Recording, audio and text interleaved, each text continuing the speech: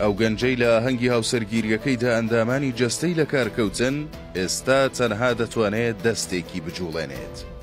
لە 300,000 کەس تەنها یەک کەس تووشی ئەو نەخۆشیە دەبێت و ناوی گولیانبارە. ئەمە ئەو نەخۆشیە دەگمەنەیە کە میهران هەرکی گەنجی 25 ساڵانەی ئاکرێت تووشی بووە و لە ڕۆژی هاوسەرگیریەکەیدا ئەندامانی جەستەی لە کارکەوتن.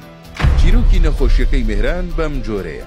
لە ڕۆژی ئاهەنگی بوو گواستنەوەیدا لە ناکاو ڕەوشی تەندروستی تێکچوو. بە کەسوکارەکەی وتبوو قاشەکانم سڕ بوون و ناتوانم بەڕێگادا بڕۆم. ئامۆزا و برا و نزیکەکانی دەستیان گرتبوو ئاگایان لێبوو، بەڵام ڕەوشی تەندروستی زیاتر تێکچوو بوو گەیاندبوویانە نەخۆشخانە. نەخۆشیەکە لە نەخۆشخانە زیاتر خۆی دەرخست بوو، بۆ یەکوازرایەوە بۆ نەخۆشخانەی دڵ لە دهۆک و کەوتە ژێر چاودێری چڕی پزیشکیەوە. میهران هەرکی خۆشترین ڕۆژی ژیانی بوو بە ڕۆژێکی ناخۆش و دڵپەزێن بۆ هەمووان. پایتەخت میدیا بە دوواداچوونی بۆ ڕەوشی تەندروستی کرد. یەکێک لە نزیکانی میهران ڕایگەیاند کە تووشی نەخۆشی دەگمەنی گولیانبار بووە.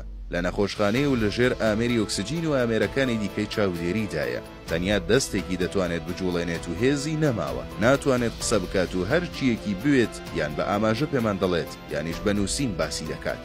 نەخۆشیەکە تەواو لاوازی کرد و چەندین مانگی دەوێت تاوەکو بتوانێت بگەڕێتەوە دۆخی تەندروستی ئاسایی خۆی.